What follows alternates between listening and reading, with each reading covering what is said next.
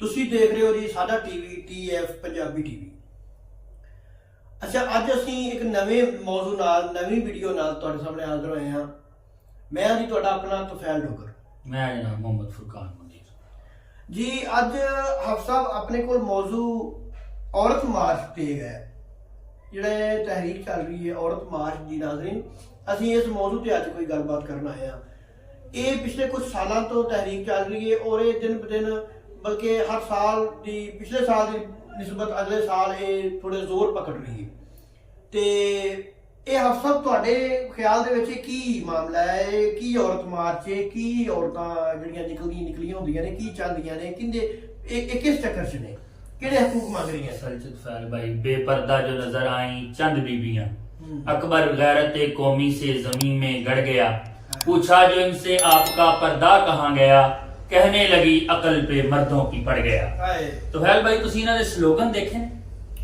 और सर, मेरा जिस्म मेरी मर्जी, अपने मौजे खुद ढूंढ लो, लेके रहेंगे आजादी, तेरा बाप भी देगा आजादी, अपना खाना खुद गर्म करो। इस तरीके दे इन्हां दे स्लोगन ने। आप सब ए ते ओ ने ना ਜਿਹੜੇ ਅਸੀਂ ਬਿਆਨ ਕਰ ਰਹੇ ਹਾਂ। ਨਾਜ਼ਰੀਨ, ਇਹ ਉਹ ਨੇ ਜਿਹੜੇ ਅਸੀਂ ਤੁਹਾਡੇ ਸਾਹਮਣੇ ਬਿਆਨ ਕਰ ਸਕਦੇ ਹਾਂ। ਇਸ ਸਾਲ ਮੌਜੂਦਾ ਸਾਲ ਜਿਹੜੇ ਬੈਨਰ ਤਿਆਰ ਹੋਏ ਨੇ ਉਹ ਸਾਡੀਆਂ ਬੀਬੀਆਂ, ਸਾਡੀਆਂ ਭੈਣਾਂ, ਘਰੇਲੂ ਔਰਤਾਂ ਜੋ ਪੜ੍ਹ ਨਹੀਂ ਸਕਦੀਆਂ। ਅਸੀਂ ਤੁਹਾਡੇ ਕੈਮਰੇ ਸਾਹਮਣੇ ਉਹ ਨਹੀਂ ਪੜ੍ਹ ਸਕਦੇ। ਆਪ ਸਭ तुफैल भाई असल गल है कि घरेलू औरतां निकलदियां ही नहीं जी, जिन्हां नूं ਇਹ ਆਂਦੇ ਨੇ ਕਿ ਸਾਦਾ ਔਰਤ ਵੀ ਇਹਨੂੰ ਕੋਈ ਨਹੀਂ ਤਰੱਕੀ ਦੇ ਨਾਲ ਇਹਦਾ ਕੋਈ ਤਾਲੁਕ ਨਹੀਂ, ਕੋਈ ਸਿਸਟਮ ਨਹੀਂ, ਉਹ ਔਰਤ ਇਦਾਂ ਦੇ ਕੰਮ ਹੀ ਨਹੀਂ ਕਰਦੀ। ਆਪ ਸਭ ਅਗਰ ਅਸੀਂ ਆਪਣੇ ਦੀਨ ਨੂੰ ਫੋਲੋ ਕਰੀਏ, ਆਪਣੇ ਦੀਨ ਨੂੰ ਅਸੀਂ ਸਾਹਮਣੇ ਰੱਖੀਏ, ਤੁਹਾਡਾ ਕੀ ਖਿਆਲ ਹੈ ਕਿ ਸਾਡੇ ਦੀਨ ਨੇ ਕੋਈ ਐਸਾ ਹਕੂਕ ਹੈ ਜਿਹੜਾ ਔਰਤ ਨੂੰ ਨਹੀਂ ਦਿੱਤਾ? तुफैल भाई असल गल है कि नबी अलैहिस्सलाम दा फरमान है अल औरतु औरतु मिनन निसा, औरत एक पर्दा है, औरत एक हिजाब है, उस हिजाब का दूसरा नाम औरत है। बेशक इन्हां नूं तां चाहीदा सी कि घरां दे अंदर बहिंदियां। ਇਹ ਸਮਝ ਨਹੀਂ ਆਂਦੀ ਕਿ ਇਹ ਆਜ਼ਾਦੀ ਮੰਗ ਕਿਹਦੇ ਤੋਂ ਰਹੀਆਂ ਨੇ ਔਰ ਕਿਹੜੀ ਆਜ਼ਾਦੀ ਲੈਣ ਵਾਸਤੇ ਇਹ ਬਾਹਰ ਆਈਆਂ ਨੇ। ਦੇਖੋ ਅੱਲਾਹ ਤਾਲਾ ਨੇ, ਨਬੀ अलैहिस्सलाम ने बहुत ज्यादा ਸਾਡੇ ਦੀਨ ਨੇ ਇਹਨਾਂ ਨੂੰ ਬਹੁਤ ਜ਼ਿਆਦਾ ਹਕੂਕ ਦਿੱਤੇ ਨੇ। ਅਗਰ ਇਹ ਬੇਟੀ ਦੇ ਰੂਪ ਦੇ ਵਿੱਚ ਆ ਤੇ ਮਰਦ ਵਾਸਤੇ ਇਹਨੂੰ ਅੱਲਾਹ ਪਾਕ ਨੇ ਰਹਿਮਤ ਬਣਾ ਦਿੱਤਾ।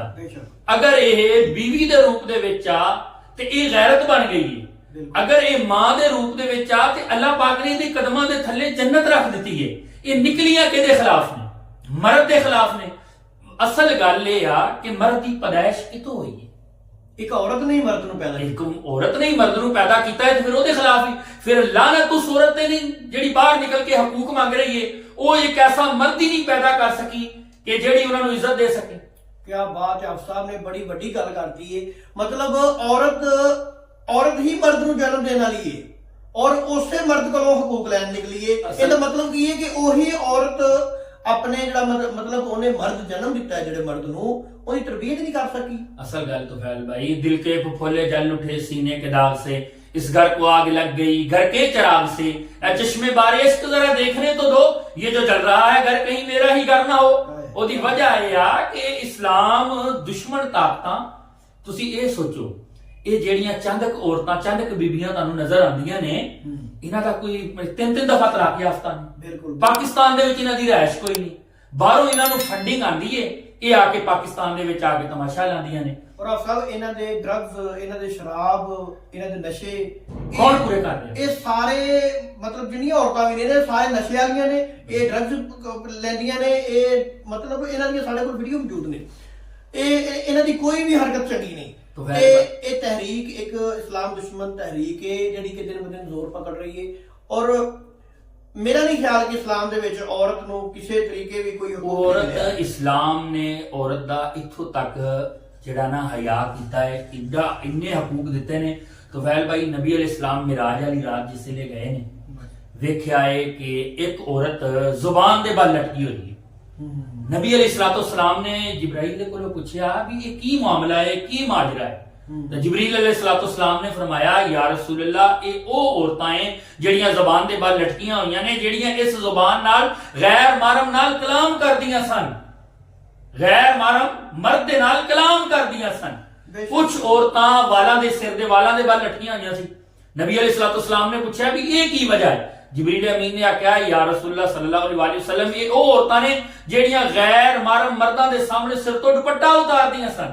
क्या बात है। आप साहब, साढ़े दीन च औरत वास्ते ये हुक्म है ਤੇ ਉਹ ਇਹੀ ਹਕੂਕ ਲੈਣ ਨਿਕਲੀਆਂ ਨੇ ਕਿ ਸਾਡੇ ਸਿਰ ਤੇ ਦੁਪੱਟਾ ਨਾ ਹੋਵੇ, ਸਾਨੂੰ ਕੋਈ ਬੰਦਾ ਨਾ ਰੋਕੇ, ਸਾਡੀ ਜ਼ੁਬੈਰ ਜ਼ੁਬਾਨ। ਭਾਈ ਅਸਲ ਦੇ ਵਿੱਚ ਲਾਨਤ ਉਸ ਔਰਤ ਤੇ ਜਿਹੜੀ ਐਸਾ ਮਰਦ ਹੀ ਨਹੀਂ ਪੈਦਾ ਕਰ ਸਕੀ ਕਿ ਜਿਹੜਾ ਉਹਨੂੰ ਹਕੂਕ ਦੇ ਸਕੇ। ਬਿਲਕੁਲ ਬਿਲਕੁਲ ਸਵਾਲੀਆ ਨਿਸ਼ਾਨ ਤੇ ਔਰਤ ਦੀ ਜ਼ਾਤ ਤੇ ਹੈ ਨਾ।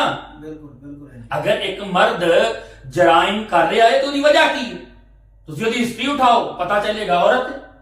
ਬਿਲਕੁਲ। ਅੱਛਾ ਆਪ ਸਾਹਿਬ, ਔਰਤ ਤਾਂ ਹਕੂਕ ਲੈਣ ਨਿਕਲੀ ਹੈ, ਮੈਨੂੰ ਉਹਨਾਂ ਬੰਦਿਆਂ ਦੀ, ਉਹਨਾਂ ਨੌਜਵਾਨਾਂ ਦੀ ਸਮਝ ਨਹੀਂ ਆਉਂਦੀ ਕਿ ਉਹ ਵੀ बैनर हाथ से लेके तहरीक में शामिल हुए ने, वो किस चीज का हुक्म ओ मांग रहे हैं? भाई गुलशन की तबाही के लिए एक उल्लू यार ही काफी है। हर शाख पे उल्लू बैठा हो, अंजाम गुलिस्ता क्या होगा, यही मसला है। क्या बात और की मसला है इन्हां दा। ਤੁਸੀਂ ਆਪ ਸਭ ਸਹੀ ਪਹੁੰਚੇ ਹੋ। ਤੇ ਨਾਜ਼ਰੀਨ, ਅਸੀਂ ਅੱਜ ਥੋੜਾ ਜਿਹਾ ਸਾਡਾ ਮਤਲਬ ਦਿਲ ਦੁਖੀ ਹੋਇਆ ਹੈ, ਜਿਹੜੀ ਇਹ ਤਹਿਰੀਕ ਤਕਲੀਫ ਹੋਈ ਬਹੁਤ ਜ਼ਿਆਦਾ ਤਕਲੀਫ ਹੋਈ ਸਾਰੀਆਂ ਔਰਤਾਂ ਨੇ ਜਿਹੜੀਆਂ, ਹਾਲਾਂਕਿ ਅੱਜ ਦਾ ਦਿਨ ਇੱਕ ਹਯਾ ਡੇ ਵੀ ਮਨਾਇਆ ਗਿਆ, ਉਹ ਵੀ ਤੇ ਔਰਤ ਹੈ। ਬਿਲਕੁਲ। ਅਸੀਂ ਨਾਜ਼ਰੀਨ ਇਹ ਬੈਠੇ ਸੀ ਔਰ ਅਸੀਂ ਨਾ, ਸਾਡੇ ਦਿਲ ਦੇ ਵਿੱਚ ਤਕਲੀਫ ਇਸ ਚੀਜ਼ ਦੇ ਵਿੱਚ, ਮਤਲਬ ਇਹ ਤਹਿਰੀਕ ਨੂੰ ਲੈ ਕੇ ਸਾਡੇ ਦਿਲ 'ਚ ਤਕਲੀਫ ਹੋਈ ਤੇ ਅਸੀਂ ਸੋਚਿਆ ਕਿ ਚਲੋ ਤੁਹਾਡੇ ਨਾਲ ਵੀ ਥੋੜਾ ਜਿਹਾ ਸ਼ੇਅਰ ਕੀਤਾ ਜਾਵੇ। ਤੋਫੈਲ ਭਾਈ, ਆਸਾਨਿਆ ਇਸ਼ਰਾ ਦਾ ਜਿਹੜਾ ਹੋਇਆ ਹੈ ਜੀ ਜੀ, ਉਹਦੇ ਵਿੱਚ ਵੀ ਤੇ ਔਰਤ ਨੇ ਆ ਕੇ ਕਿਰਦਾਰ ਅਦਾ ਕੀਤਾ ਹੈ ਔਰਤ ਵਾਸਤੇ। ਜੀ ਜੀ, ਉਹਨੇ ਜਿਹਨੇ ਅਰਬੀ ਲਿਬਾਸ ਕੁਵੈਤੀ ਅਰਬੀ ਲਿਬਾਸ ਪਾ ਕੇ ਆਈਏ, ਉਹਦੀ ਜਾਨ ਨੂੰ ਬਚਾਉਣ ਵਾਸਤੇ ਉਹ ਸ਼ਹਿਰਬਾਨੋ ਸਾਹਿਬਾ ਆਈਆਂ ਨੇ, ASP ਸਾਹਿਬਾ ਆਈਆਂ ਨੇ, ਉਹ ਵੀ ਤੇ ਔਰਤ ਹੀ ਹੈ। ਸਾਡੇ ਮਤਲਬ ਮੁਲਕ ਦੇ ਵਿੱਚ ਸਾਡੀ ਹੀਰੋ ਨੇ ਜੀ ਉਹ। ਬਿਲਕੁਲ।